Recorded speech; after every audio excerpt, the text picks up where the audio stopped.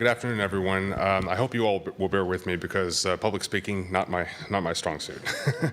As he said, I am Colin Zecchi. I'm from Murfreesboro, Tennessee, and today I'm going to be talking about mapping out migration from Mammoth Cave National Park during the period of park creation in 1920 and 1940. If you are not familiar with Mammoth Cave National Park, it is located in the karst region of south central Kentucky. This was my master's research during my time at WKU, and it built on previous research in which another person researched the former house locations within the park area during this time. So my task was to figure out exactly who these people were and where they wound up after leaving the park area. So in keeping with the overarching ethos of the National Park Service, the Parks Association and other advocates for the park at Mammoth Cave wanted to clear the area of residents and preserve the cave area and the wilderness around it for the enjoyment of the public. So during a period of a 20-year period during the 1920s, 1930s, and 1940s, and keep in mind this was, of course, during was pre-Depression and, of course, during the Depression as well. Residential properties and other land parcels were bought up or seized through the use of eminent domain. So the dispossessed lands were then consolidated to create the national park, and those who lived within the area were forced to leave and relocate to other areas. So combining cultural and historical geography along with cartography and GIS, the objective of this research was to, as I mentioned, was to find out exactly where these people left, where these people went to after leaving the area. And of course, it answers this question as well as those regarding social justice and unintended consequences of this land acquisition and displacement. For the purposes of this particular presentation, what I'm trying to illuminate is the cartographical methods that were used in order to answer these questions, and doing so will address a new perspective on how out-migration and in-migration, for that matter, can be expressed in a series of maps. This right here is a map of the proposed Mammoth Cave Park area, which is colored in green right here. As you can see, it's located in a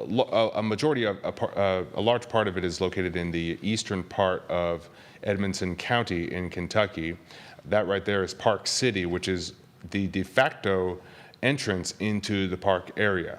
The Green River right here cuts the park area nearly in half and runs in this direction across Edmonton and into Hart counties.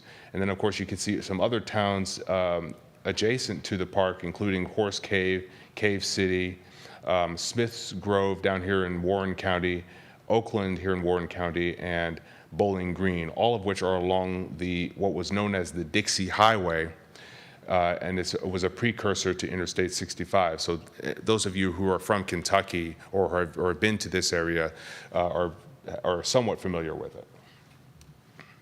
This map right here is not to scale, but it is a map of the magisterial districts of Edmonson County.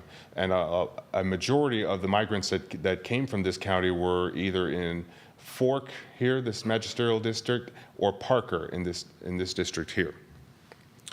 This is an example of the database that I created that has some of the names of some of the residents that lived in this area, their birth dates, their death dates, their race, also where they lived in the 1920 census, and where they wound up in the 1930 census, and although it's not shown here, also the 1940 census. I used digitized census records in order to figure out exactly to create this database. This is this shows the sample that was used in order to find these residents and find out where they were.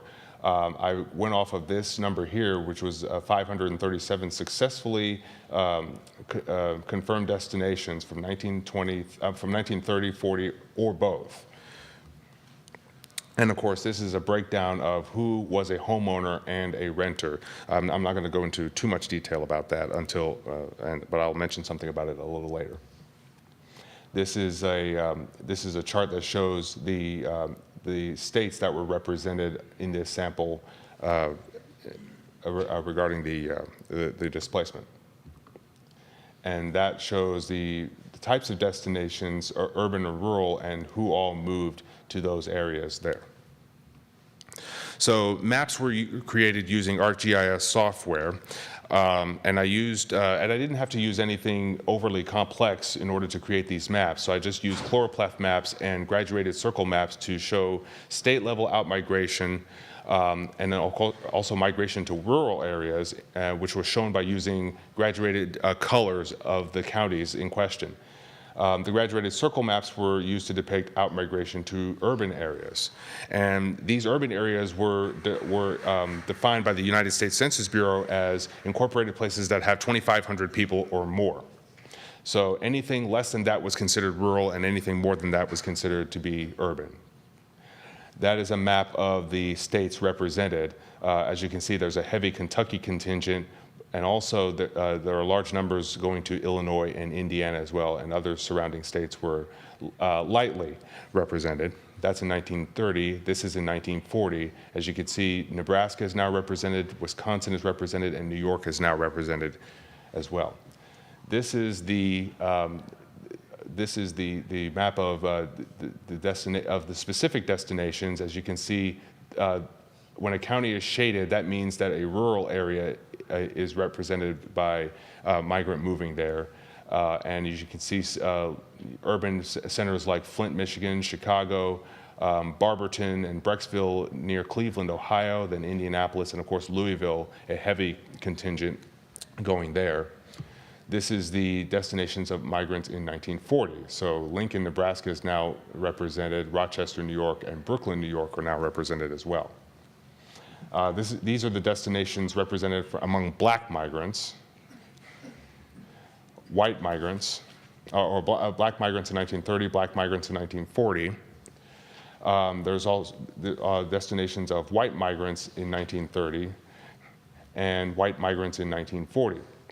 And I also made maps for homeowners and renters who were living in the area at the time. These are the homeowners who moved out of the park, and these are the destinations they relocated to, and these are the destinations of the homeowners in 1940, and these are the destinations of the renters in 1930, and the destinations of the renters in 1940. So a vast majority of migrants from Mammoth Cave moved generally east, north, and west of the proposed park area. None of them moved to the deep south. And of course, the states that were heavily represented were Indiana, Ohio, and Illinois. And those who stayed within Kentucky moved to areas that were generally along the old Dixie Highway. And race and socioeconomic status also played a role in this migration, but to the extent has yet to be determined. So what I would like to know is, what next? Where do we go from here? We'd like to know that national parks have been considered to be America's best idea, quote unquote. But at what cost? Who was hurt by this? Who did it benefit? Who was affected adversely by it?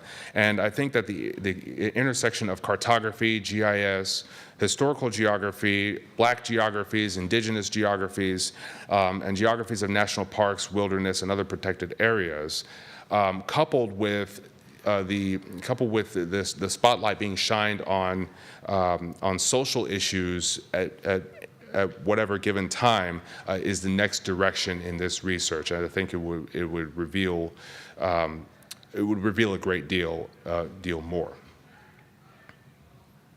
And just a quick acknowledgement, the faculty and staff at both in the geoscience department at my alma mater, Middle Tennessee State University, and also the faculty and staff in the Department of Earth, Environmental, and Atmospheric Sciences at Western Kentucky University, including my thesis advisor, Dr. Katie Algio, who I owe a great deal of gratitude to.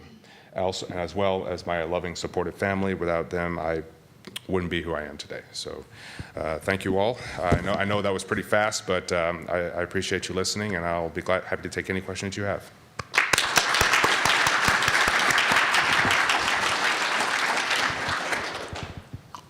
Thank you, Collins. Questions for Collins? Yes, sir. How'd you track them? All I did was I accessed digitized census manuscripts through Ancestry.com. All I did was do some quick searches and then record the information that I found in those manuscripts. And that, of course, is what you can see in, and give me just a moment. That's what you can see in this example of the database that I created. So all of what you see in here came from a census manuscript. The name of the resident, their family members, also their birth dates, their death dates, and of course where they found out where they were found in 1920. 1920 was used as a starting point for these tracking. And then I found the information in 1930, and then moved on to 1940. And one thing I should note, that anything that's shaded in purple are complete migration information, if that makes sense. So all the yellow that you see, that's not.